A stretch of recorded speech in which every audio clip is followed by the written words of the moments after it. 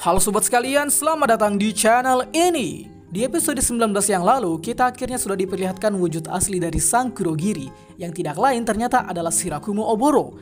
Sebelumnya juga sudah kita bahas bersama di konten episode breakdown, dan sudah menjelaskan sedikit tentang siapa itu Shirakumo, dan bagaimana caranya sehingga dia menjadi seorang Kurogiri. So, di konten kali ini akan admin bahas penjelasan tentang siapa itu Shirakumo Oboro, lalu apa quirknya, kemudian bagaimana profil kehidupannya, dan masih banyak lagi. Tapi sebelum lanjut, subscribe channel ini biar admin makin semangat buat kontennya. Dan mari kita mulai. Siapa itu Shirakumo Oboro? Pertama-tama admin ingin memberitahukan ke kalian terlebih dahulu bahwa yang akan kita bahas ini akan lebih fokus ke sosok pribadi Shirakumo Oboro dan tidak terlalu banyak intervensi pembahasan yang akan mengaitkan dengan Kurogiri. Sebab meskipun orangnya sama, namun kepribadian dan kekuatan yang dimilikinya cukup berbanding 180 derajat. Oke, Shirakumo Oboro atau kita sebut saja Shirakumo adalah seorang anak laki-laki dan murid Yue dari jurusan pahlawan. Dia juga memiliki nama pahlawan yang adalah Cloud Laut atau pahlawan dengan awan keras. Shirakumo memiliki tampilan seperti layaknya manusia normal pada umumnya, namun dengan ciri khas yaitu rambut bergelombang yang selalu mengambang seperti awan. Shirakumo memiliki kepribadian yang friendly dan sangat seringkali bercanda dalam keadaan apapun. Saking seringnya dia bercanda, bahkan di saat-saat terakhirnya pun, Shirakumo masih juga bercanda. Shirakumo dinilai cukup kuat dan cakap dalam menggunakan kemampuannya sebagai calon pahlawan profesional.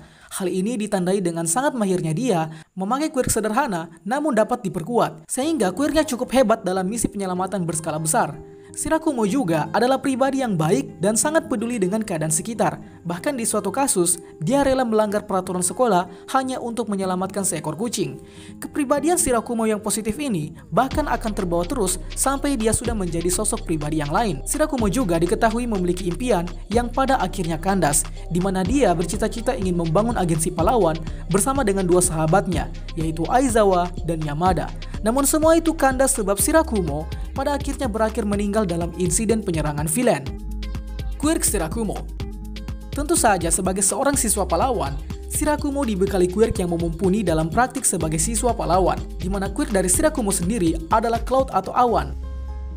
Quirk Cloud adalah quirk yang memungkinkan Shirakumo dapat menciptakan awan dengan berbagai bentuk sesuai kebutuhan, di mana selain dapat menciptakan awan yang diciptakan ternyata dapat dipadatkan, sehingga dapat mengangkut beban berat sekalipun, atau bahkan bisa menyembunyikan benda dalam awan tersebut. Quirk Cloud juga dapat dikendalikan pergerakannya sesuka hati, di mana Shirakumo dapat bergerak cepat, bermanuver, dan menjadikan awan yang sudah dibuat dapat menjadi sebuah kendaraan. Tapi sepeninggal Shirakumo, quirk Cloud ini kemudian dimodifikasi sehingga akibat dari faktor quirk yang mendukung, maka terciptalah quirk baru yang adalah Warp Gate, yaitu quirk yang dapat berfungsi sebagai portal.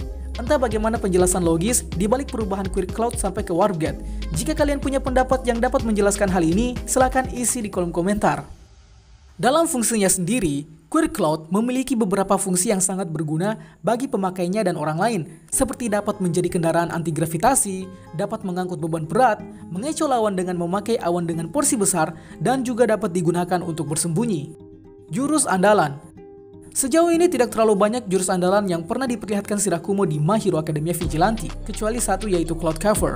Cloud Cover adalah teknik di mana Shirakumo mendekati lawannya terlebih dahulu, lalu membungkam wajah lawannya dengan memakai awan tebal, sehingga dengan begitu Shirakumo dapat menyerang tubuh lawan selama si lawan sedang kerepotan mengurus awan buatan Shirakumo. Mungkin jurus ini terkesan biasa saja, tapi jurus ini sangat berfungsi dalam mengaburkan pandangan lawan, sehingga lawan dapat dengan mudah dibekukan. Oh iya, untuk memaksimalkan penggunaan quirknya, Shirakumo memakai labu yang berfungsi untuk mengelabui lawan ketika sudah masuk dalam perangkap awan. Di mana dengan mengelabui memakai suara dari labu, sisanya Shirakumo hanya bertugas untuk melumpuhkan lawan yang sudah kesulitan dalam mencari sumber suara Shirakumo. Referensi karakter.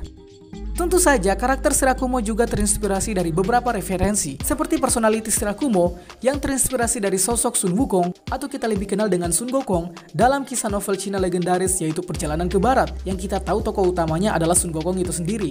Selain kepribadian, quirknya dan senjata Shirakumo juga tak luput dari referensi Sun Gokong, di mana kita tahu kalau Sun Gokong mampu mengontrol awan Kinton sebagai kendaraan dan juga memiliki tongkat sakti sebagai senjatanya. Begitupun Shirakumo, dia mampu mengendalikan awan dan menjadikannya seperti kendaraan, serta juga memiliki senjata tongkat pada saat beraksi sebagai hero.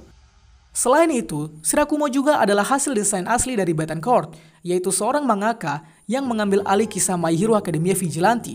Namun meskipun begitu, tetap saja pembuatan karakter original masih ditangani oleh Bang Hori. Sehingga meskipun Shirakumo Oboro adalah karakter asli dari Vigilante, Shirakumo juga dimasukkan ke alur cerita utama manga, yaitu My Hero Academia.